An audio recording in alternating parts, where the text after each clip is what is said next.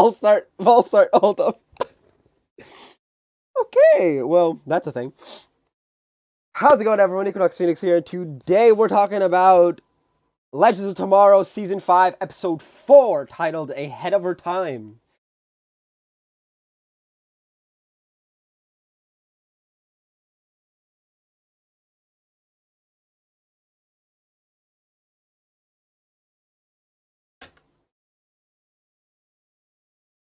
Well, Twitter is now blowing up because of some. Oddly enough, it's not bad, but not good. It's whatever. I'm sure YouTube audience doesn't care about Twitch. But if you do care about Twitch, follow me on Twitch. I stream on occasion. Turn on notifications because I have zero consistency whatsoever. But usually it's Saturdays at 12 p.m. Pacific. Which I will be doing tomorrow. Anyway, back to Legends of Tomorrow. So this episode starts with Sarah leaving on business in Star City. And leaving Ava in charge. Yeah, Ava's being left in charge. But who knows? Maybe that's not as bad as it sounds. It actually sounds terrible considering the Time Bureau was a mess.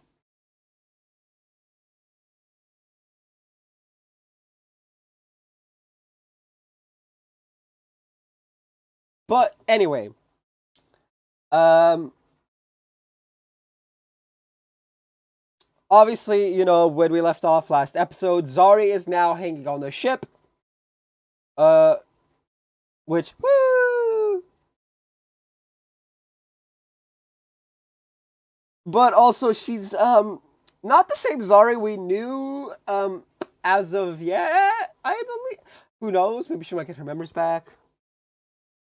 Like, in full. Like, we know she can hack now because she remembered how to hack from the previous timeline. We really need John Jones to just come in and be like, on her temple and just be like, here, remember everything. There we go.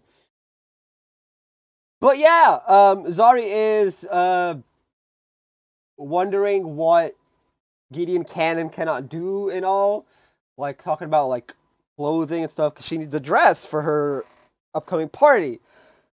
Uh,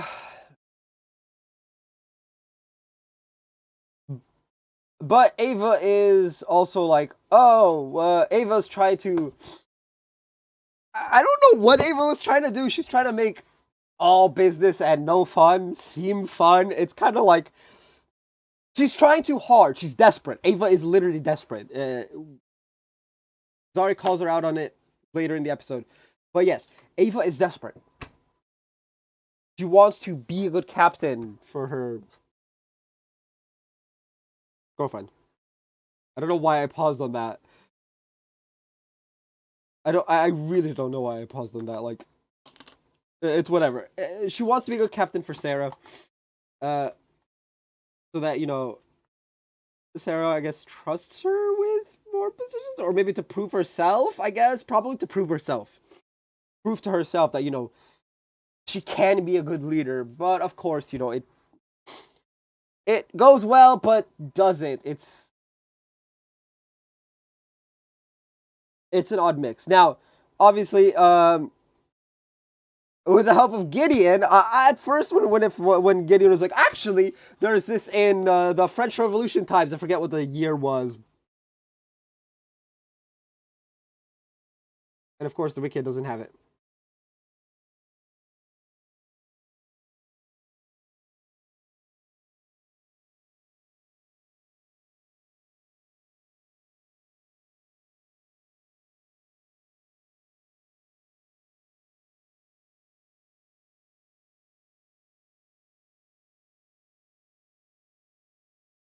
Who the heck is Benjamin Siegel?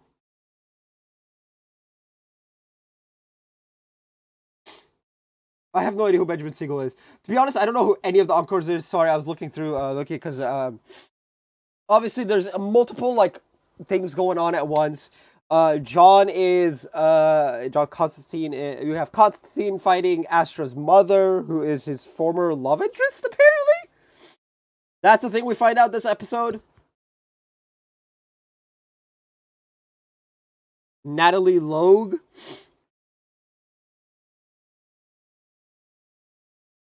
Apparently, shooting for this episode lasted 10 days.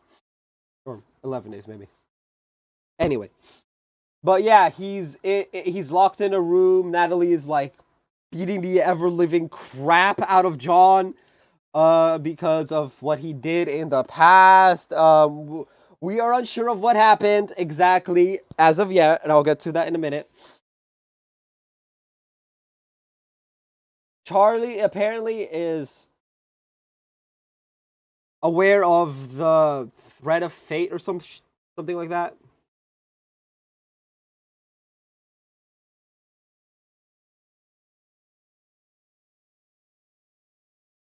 I'm trying to figure out.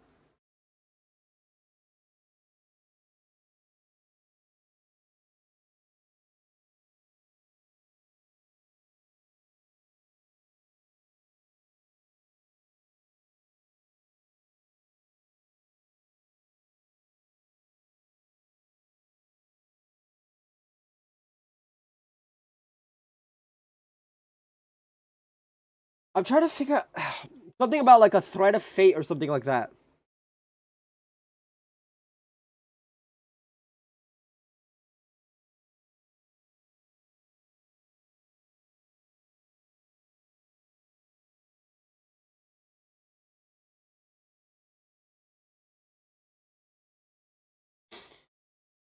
But that's not important. It's like some kind of threat of fate which she broke or something like that. Anyway, she's in trouble and her past is so-called catching up with her. She explains this as everyone's hanging about because of reasons. I think that was actually last episode. But yeah, back to Gary being Gary's like, let me help John, we gotta save Constantine, and he screws up. Gary pulls a Gary and screws up, and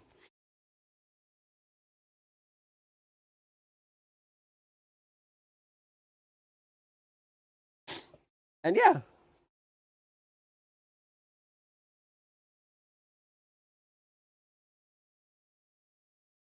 um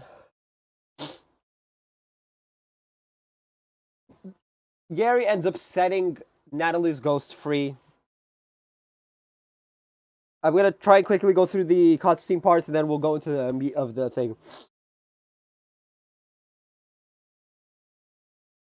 Yeah, it sets Natalie's ghost free. Natalie goes on a rampage because Constantine is keeping secrets. I'm switching between John and Constantine because my name is John, and it sounds weird. Feels like I'm talking about myself, but I don't think I even know anyone named Natalie. Like, wait. Oh, seriously, I don't think I know anyone named Natalie. That's weird.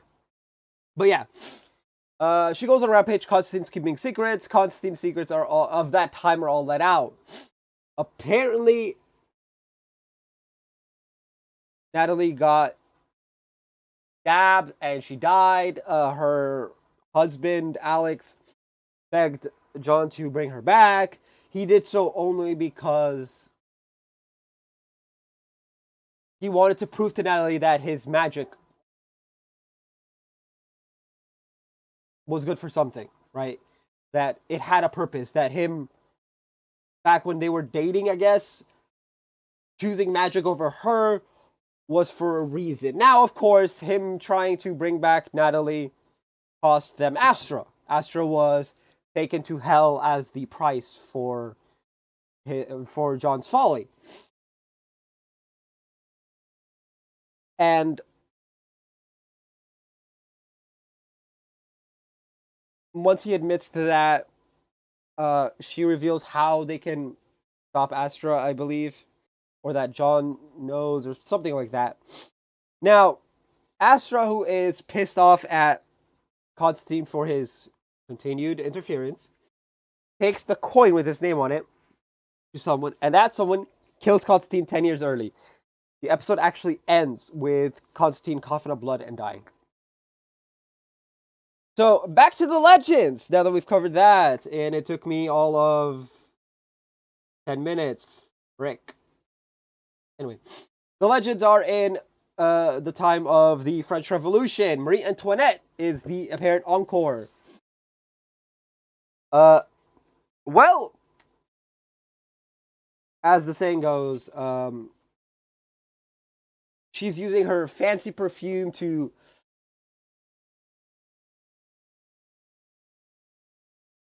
she's using her fancy perfume to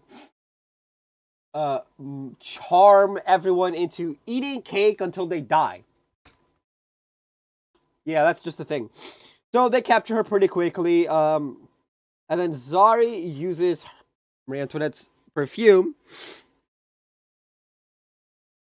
to an event because she finds out that her perfume actually dulls the senses of your nose and I think taste as well, since they're connected. So you don't have smell or taste as a result of it. So she uses it to try and be more popular, I guess. But she ends up realizing very bad idea. As Mick and